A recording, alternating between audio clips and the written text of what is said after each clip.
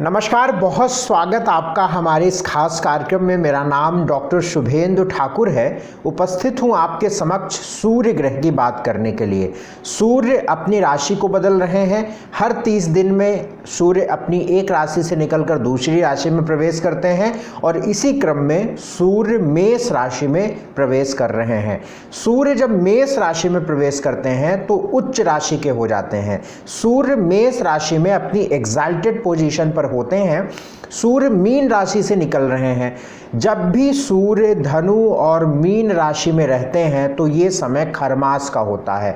अब मीन राशि से सूर्य निकल रहे हैं, इसका मतलब है खरमास का समय समाप्त हो रहा है और अब बहुत सारे शुभ काम होने लगेंगे 13 अप्रैल के बाद। यानी 13 अप्रैल को सूर्य निकल रहे हैं 9:04 पर रात में। 9:04 रात में सूर्य मीन राशि से निकलकर मेष राशि में जाएंगे।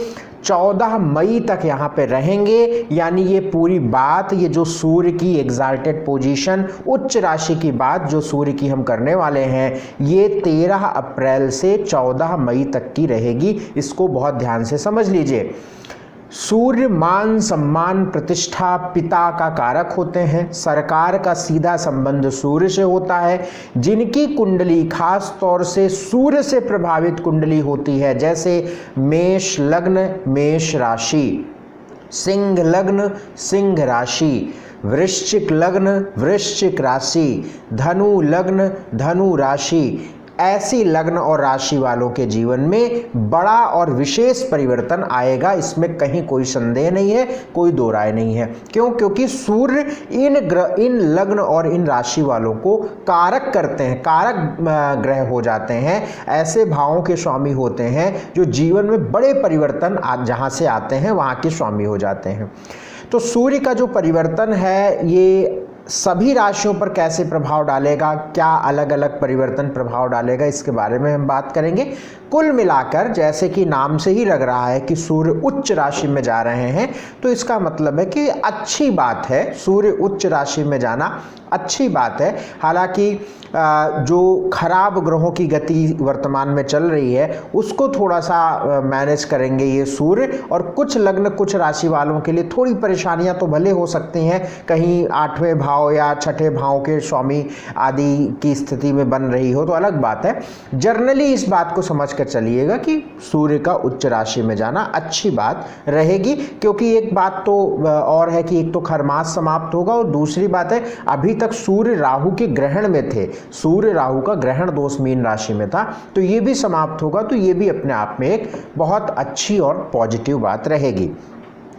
आइए आपके मेष से मीन तक की हम बात करेंगे। मैं आपको बता दूं कि ये जो राशिफल मैं पूरी बात करता हूं इसे आप अपनी लग्न पर और अपनी चंद्र राशि पर समझिएगा। लग्न और चंद्रमा जो ज़्यादा आपके ऊपर लागू होती है उसे आप ज़्यादा प्रायोरिटी दीजिएगा। तो मैं सबसे पहले आपसे मेष राशि की बात करता हूँ। मेष राशि वालों के लिए जो सूर्य का परिवर्तन है वो बहुत अच्छा रहेगा। इसका सबसे बड़ा कारण है कि आपकी ही राशि में, आपकी ही लग्न में सूर्य की ट्रांजिट है और बृहस्पति पहले से वहां पे विराजमान है। तो नवम और पंचम और त्रिकोण लग्न, यानी लग्न पंचम नवम, इन तीनों का संबंध हो जाएगा। अद्भुत, इस पोजीशन को मैं अद्भुत मानता हूँ। मैं समझता हूँ कि जो आप लोगों ने बहुत सारे पंच महापुरुष राजयोग सुने होंगे, मैं बहुत ज़्यादा उसको कंसीडर नहीं करता हूँ कुंडली देखने में, लेकिन इस तरीके की कंडीशन जब पंचम नवम की बनी हो, लग्न पंचम नवम की कहीं ना कहीं कॉम्बिनेशन बन जाए, ये अद्भुत राजयोग होता है। यकीन मानिए बहुत ही बेहतरीन होता है। और जब लग्न में ये बृहस्पति सूर्य होंगे तो अद्भुत परिणाम देंगे। 13 अप्रैल से 14 मई तक का समय बहुत विशेष होने वाला है। जम के मेहनत करनी चाहिए आपको, पुराने रुके हुए कामों को निपटाना चाहिए। और मुझे पूर्ण विश्वास है कि इस वक्त में भाग्य का साथ भी आपके साथ बड़ा सकारात्मक रहेगा। संतान की तरफ से बड़ी सुखद बातें बनेगी। और इवन अगर इस एक महीनों में आपके किसी तरीके से कंसेप्शन होते हैं, यदि आप लेडीज़ हैं, आप बेबी प्लान कर रहे हैं, तो मुझे लगता है कि ये सबसे बेस्ट टाइम होगा। क्योंकि पंचम बृहस्पति के साथ पंचमेश बृहस्पति के साथ आपके लग्न में युति कर रहा है और उस पर बृहस्पति यानी 5वें भाव पे भी दृष्टि बृहस्पति की है और 9वें भाव पे भी दृष्टि बृहस्पति की है। तो सरकारी रुके हुए कामों में सफलता, स्वास्थ्य में सफलता। अभी पिछले 1-1.5 महीनों में आपने थोड़ा सा रात की नींद, टेंशन, पेट खराब होना, रिश्ते खराब होना, है ना, ये सारी चीज़ें हो सकती हैं, आपने देखी हो, टेंशन देखी हो। लेकिन अब आप समझिएगा वो सारी चीज़ें सॉल्व होगी अगले 1 महीनों में यदि आप बहुत अच्छे तरीके से मेहनत और प्रयासरत रहते हैं। सफलता का समय रहेगा। बहुत बड़ी ज़्यादा बातें नहीं कहूँगा, लेकिन कुल मिलाकर मेष राशि वालों के लिए समय बहुत ही बेहतरीन है, बहुत ही बेहतरीन है। इस बात को आप मानकर चलिएगा। 1 महीने मेरा आपसे निवेदन है कि इस 1 महीने में कुछ ज़रूर आपको पाना है, इसका आप ज़रूर प्रयास करें। उपाय मैं बता देता हूँ। उपाय के लिए केसर का तिलक यदि प्रतिदिन माथे पे आप लगाएं तो बड़ा अच्छा लाभ मिलेगा। वृषभ राशि वालों के लिए बात करता हूं। वृषभ राशि वालों के लिए सूर्य 12वें घर में प्रवेश कर रहे हैं, बृहस्पति के साथ हो रहे हैं। 12वें घर में उच्च राशि के सूर्य विदेश जाने के लिए, या विदेश में रहते हैं, या आप भारत में रह के विदेश से कोई पैसा अर्न करते हैं, या कोई आपका मल्टीनेशनल कंपनी में काम करते हैं, या किसी प्रकार से आपकी बातचीत विदेश में है, तो बड़ा सकारात्मक लाभ, बड़ा पॉजिटिव लाभ इस पूरे 1 महीनों में मिलेगा। हालांकि 12वें घर में सूर्य का जाना चतुर्थेश होके 12वां भाव, देखिए कुंडली का जो 12वां भाव है तो गड़बड़ ही। अब चतुर्थेश को देखें तो चौथे घर का मालिक सूर्य होता है, चौथे घर का मालिक सूर्य होता है और यहाँ पर अपने से नवम जा रहा है, अपने से नवम जा रहा है। तो ये बात तो बहुत अच्छी है, ये बात तो बहुत ही अच्छी है। ये आप समझिएगा कि अपने से नवम जा रहा है, उच्च राशि का जा रहा है, अपने से नवम जा रहा है, तो ये अच्छी बात है। यानी इस वक्त में सुख को लेकर कहीं ना कहीं अच्छी स्थिति बनेगी। स्वास्थ्य में सुधार जरूर होगा, माता के साथ रिश्ते अच्छे होंगे, घर पे खुशियां आ सकती हैं, फैमिली में खुशियां आ सकती हैं और थोड़ा सा एक अच्छा माहौल 14 मई के अंदर देखने को मिलेगा।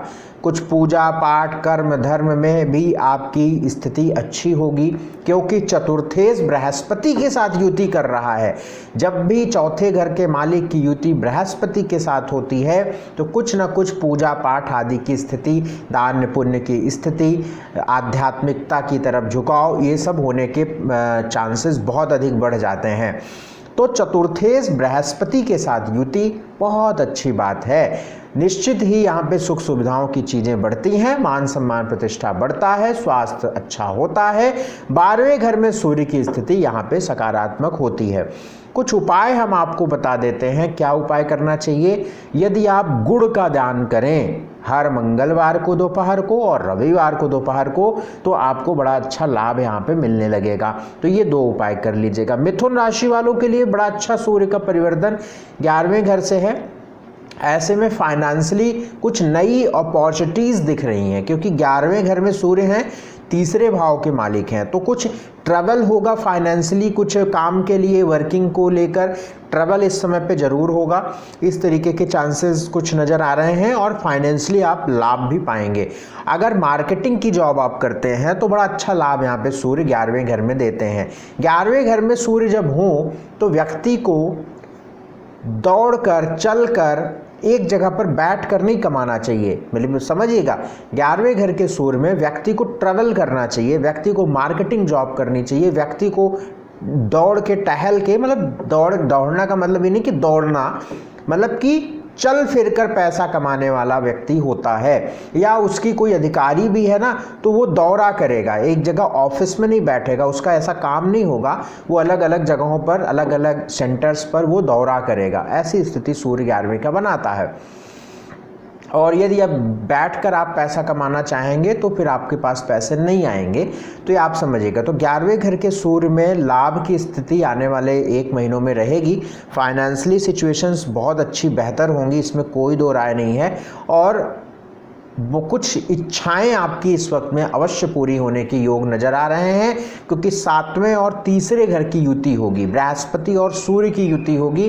तो करियर को लेकर भी बड़ा अच्छा माहौल, क्योंकि बृहस्पति करियर के मालिक है, 7वें घर के मालिक बृहस्पति हैं, तीसरे भाव के मालिक सूर्य हैं। तो ऐसे में करियर, फाइनेंशियली सिचुएशन को लेकर, डेली इनकम को लेकर नई अपॉर्चुनिटीज़ की तरफ आप जाएंगे। और जो आपके वर्किंग प्लेस पर थोड़ा तनाव था बॉस या उच्च अधिकारियों से, वो भी समाप्त हो जाएगा। उपाय क्या करना चाहिए यहाँ पे? उपाय यहाँ पे सबसे अच्छा रहेगा कि कुछ ठोस फल किसी बुजुर्ग व्यक्ति को दान करिएगा। सेब हो सकता है, सेब का दान करिएगा, चाहे एक सेब। आप कुछ नहीं तो रोड पर आप फल वाले की दुकान पर खड़े हैं, कोई बुजुर्ग गरीब देख लिया, 2 फल सेब खरीदा, जाके उनको दे दिया। आप करके देखिए। मैं समझता हूँ कि एक माणिक जिसकी कीमत अगर अच्छी क्वालिटी की माणिक है तो 50,000 60,000 के नीचे माणिक के नहीं होता। एक माणिक के एक तरफ और सेब का दान करना एक तरफ। लेकिन ये अक्सर करना चाहिए, मतलब महीने में 2-4 बार कर देना चाहिए। और थोड़ा समय लगता है, लेकिन बड़ा अच्छा प्रभाव यहाँ पे मैंने देखा है। तो सूर्य का यहाँ पे अच्छे परिणाम मिलेंगे। कर्क की बात करें तो कर्क राशि वालों के लिए भी बड़ा अच्छा परिवर्तन यहाँ पे सूर्य का हो रहा है। 10वें घर में सूर्य और बृहस्पति की युति, दूसरे भाव का मालिक, भाग्य का मालिक बृहस्पति, बहुत अच्छा, बहुत अच्छा। करियर बहुत ही अच्छे हालातों में पहुंचने वाला है। करियर, वर्किंग प्लेस पर कुछ बड़ी अच्छी चीज़ें होने की योग हैं। फाइनेंशियली आपको कुछ जैसे बोनस, क्रेडिट, या आपकी कोई ऐसी जॉब है जहां फाइनेंशियली गेन होता है बहुत अच्छा, तो ये वक्त 1 महीनों का आप देखिएगा कि बड़ा अच्छा फ़ायदा मिलेगा।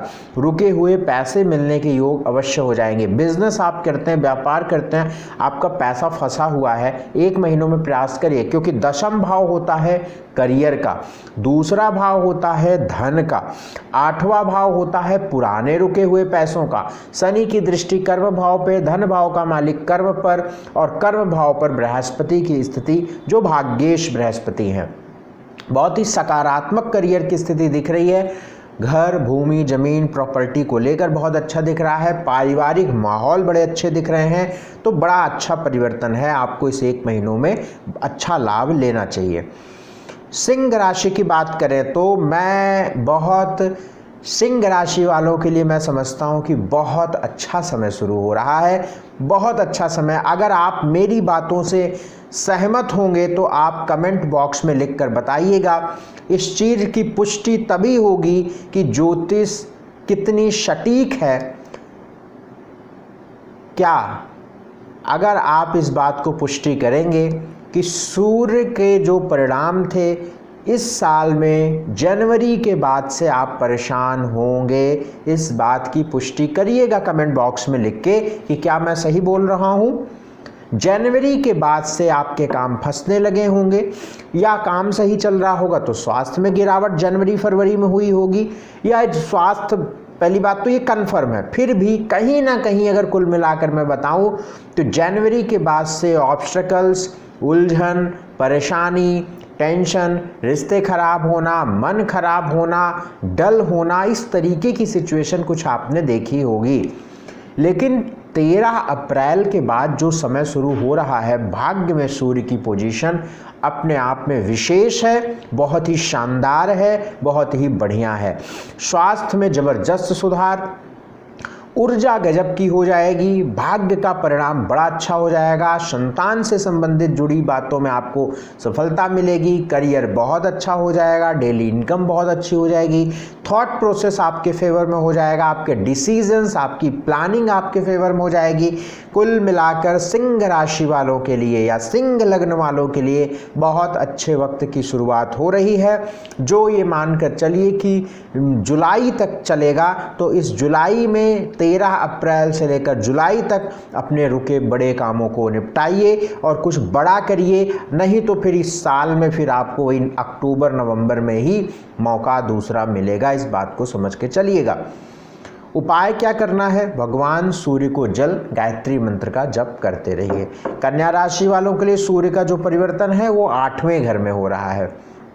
8वें घर में सूर्य का जाना बहुत अच्छा तो हम नहीं मानते हैं, क्योंकि 12वें घर के मालिक सूर्य होते हैं और 12वें घर के मालिक होके 8वें भाव में जाना, सूर्य यहाँ पे 8वें भाव में होना बहुत अच्छा तो नहीं होता है। लेकिन 8वें घर के सूर्य हैं तो अभी क्या करेंगे, आपके मैरिटल लाइफ में थोड़ा सुधार होगा। जैसे पिछला 1 महीने देखे होंगे, थोड़ा ईगो, गुस्सा, क्रोध की वजह से थोड़ी दिक्कतें आ रही होंगी, लेकिन थोड़ा सा मैरिटल लाइफ में सुधार होगा। हालांकि 23 अप्रैल से मंगल आपके 7वें घर में आ जाएंगे मीन राशि के, तो सूर्य जो इधर ठीक करेंगे उधर मंगल फिर से थोड़ा प्रभावित करेंगे। बहरहाल कुल मिलाकर सूर्य के 8वें भाव में होने से पुराने रुके हुए पैसों में कुछ आपको लाभ मिलेगा, फाइनेंशियली सिचुएशंस आपकी बेहतर होंगी। और चूंकि बृहस्पति की दृष्टि सूर्य पर पड़ रही है और तो आप विदेश वगैरह जाना चाहते हैं या फॉरेन से रिलेटेड कोई आपका लेन देन है तो लाभ मिलेगा। बाकी सूर्य के परिवर्तन जो 8वें भाव में है वो सामान्य है, थोड़ा हड्डी वड्डी का भी ध्यान रख के चलिएगा, क्योंकि शनि की दृष्टि भी सूर्य पे पड़ेगी ना। रोग भाव से शनि सूर्य को देखेंगे तो हड्डियों में दर्द हो सकता है, तो इसका थोड़ा ख्याल रखिएगा। बाकी सामान्य है, कोई विशेष स्थिति यहाँ पे सूर्य नहीं बना रहे हैं। तुला राशि वालों के लिए अगर हम बात करें तो तुला राशि वालों के लिए सूर्य का जो परिवर्तन है बहुत ही शानदार है, क्योंकि 7वें घर में सूर्य जा रहे हैं 6ठे घर से निकलकर। अभी तक आपके लाभ के मालिक रोग, ऋण, शत्रु में चल रहे थे। पिछला 1 महीना आपने देखा होगा, कहीं ना कहीं आपने डॉक्टर के पास आप गए होंगे, कहीं ना कहीं आपका धन बीमारियों पर दवाइयों में गया होगा, कहीं ना कहीं आपके जो फाइनेंशियली फ्लो है वो ब्लॉक या स्टक हुआ होगा, रुका होगा, कहीं ना कहीं आपके शत्रु परेशान किए होंगे। लेकिन अभी सूर्य की स्थिति 7वें घर में जा रही है तो लाभ के मालिक 7वें भाव में। देखिए एक सबसे बड़ी चीज होती है कि जो ग्रह जिस भाव का मालिक है, जहां से ट्रांजिट कर रहा है, उस भाव से कितना दूर है, कितने भाव आगे है, ये सबसे बड़ी चीज निर्भर करती है। ये आपको मैं बता दूं, चौथे घर का मालिक अगर 8वें घर में चला जाए तो कहने को तो कहते हैं कि 8वां भाव अशुभ है, लेकिन ये देखा जाए कि चौथे घर का मालिक अपने से पंचम गया है। और कोई भी ग्रह अगर अपने से पंचम नवम जाता है तो वो बहुत अच्छा होता है, इसमें कहीं कोई दो राय नहीं है। ये सब आपको किताबों में नहीं मिलेगा, लेकिन ये अनुभव में है, ठीक है। तो इस बात को आप समझिएगा कि डेली इनकम बढ़ जाएगी, आपकी फाइनेंशियली सिचुएशन सुधरेगी, निश्चित सुधरेगी, इसमें कहीं कोई दो राय नहीं है। स्वास्थ्य में सुधार होगा, कॉन्फिडेंस बढ़ेगा, नई अपॉर्चुनिटीज मिलेंगी, आपकी इच्छाएं पूरी होंगी और आपके मन मुताबिक चीजें, प्लानिंग की हुई चीजें आपके सामने खरी उतरेंगी। ऐसी सिचुएशन तुला राशि वालों को आने वाले समयों में दिखेगी। तो उपाय यहाँ पे क्या कर लिया जाए जो इससे और अच्छी स्थिति हो? उपाय आप जो है, उपाय यहाँ पे प्रतिदिन भगवान सूर्य को जल गायत्री मंत्र का जप करिएगा। वृश्चिक राशि वालों की यदि हम बात करें, वृश्चिक राशि वालों के लिए सूर्य 6ठे घर में जा रहे हैं, 6th हाउस में जा रहे हैं। 6ठा भाव रोग ऋण शत्रु का होता है, करियर भाव के मालिक सूर्य 6ठे में जा रहे हैं, तो इस कंडीशन को, इस सिचुएशंस को बहुत पॉजिटिव नहीं कहेंगे। 6ठे भाव में सूर्य वर्किंग प्लेस में थोड़ी सी तनाव, टेंशन, वर्कलोड, झंझट लाएंगे, लेकिन चूंकि उच्च राशि के हैं इसलिए कुछ परेशानियों के बाद आपके काम भी बन जाएंगे। 6ठे घर में जब सूर्य होते हैं तो शत्रुओं पर आप विजय प्राप्त करते हैं। कॉम्पिटिटिव एग्जाम देने वाले लोगों के लिए बहुत ही अच्छा होता है। यानी 6ठे भाव के स्वामी 6ठे भाव में बैठे हुए ग्रह क्या करते हैं, आपको ऊर्जा देते हैं, आपको एनर्जी देते हैं, इच्छा शक्ति आपकी बढ़ाते हैं। अब फिर इसके पीछे क्या रहस्य है? इसके पीछे ये रहस्य है कि जब 6ठे भाव में दशमेश जाएगा तो अपने से नवम जाएगा। फिर से यही पे रहस्य आ गया। अभी मैं पिछली राशि में वही बता रहा था कि 10वें घर का मालिक अपने से नवम गया, 6ठे घर में गया तो इच्छा शक्ति को बढ़ाएगा, कॉन्फिडेंस को बढ़ाएगा, कॉम्पिटिटिव एग्ज़ाम की तैयारी या एग्ज़ाम देने वाले लोगों के लिए अच्छे परिणाम देगा, करियर में थोड़े से वर्कलोड देगा, क्योंकि छठा भाव है, छठा भाव परेशानियां, ऑब्स्टकल्स के बाद काम पूरे कराएगा, इस बात को समझ के चलिएगा। वर्किंग प्लेस में परिवर्तन जरूर आता है। मैंने 80% केसेस में परिवर्तन देखे हैं। चाहे व्यक्ति की केबिन यहाँ थी तो केबिन शिफ्ट कर दिया गया दूसरी जगह पे उसी ऑफिस में, लेकिन परिवर्तन जरूर आता है। ये कई बार मैंने एक्सपीरियंस लोगों के साथ किया है। बहरहाल इसकी मैं प्रेडिक्शन नहीं कर रहा हूं, लेकिन मैं संभावनाएं व्यक्त कर रहा हूं कि कुछ परिवर्तन आ सकता है। उपाय क्या कर लिया जाए? उपाय यहाँ पे प्रतिदिन सूर्य भगवान को जल गायत्री मंत्र का जाप करिए। धनु राशि वालों के लिए सूर्य का परिवर्तन बहुत ही अच्छा है, बहुत ही बेहतरीन है, बहुत ही शानदार है, बहुत ही अद्भुत। सूर्य आपके 5वें घर में प्रवेश कर रहे हैं। सूर्य उच्च राशि के हो रहे हैं, बृहस्पति के साथ युति कर रहे हैं, नवम पंचम का योग बन रहा है। नवम भाव के मालिक सूर्य होते हैं, पंचम भाव में बैठ रहे हैं, लग्नेश के साथ युति कर रहे हैं।